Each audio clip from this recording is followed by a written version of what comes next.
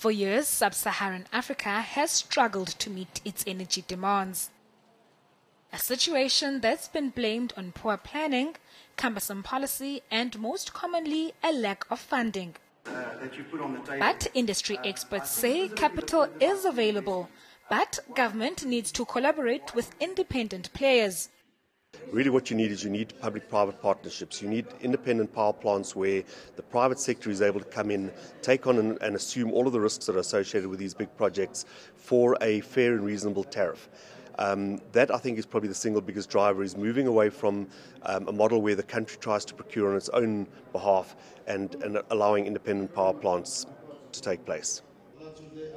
It's a model that Nigeria is trying out. Last year, the federal government privatized more than 17 power stations to bring about efficient energy generation and transmission. It's a model that's working well elsewhere on the continent too. Kenya has probably been one of the most successful countries, particularly in East Africa. Southern Africa supports this framework and says it's moving towards renewable energy, particularly hydro and thermal power. The bloc says political unrest has been a major cause of delay. And we're also focusing on those countries that have been set back because of some kind of civil strife. SADC is hopeful about the future.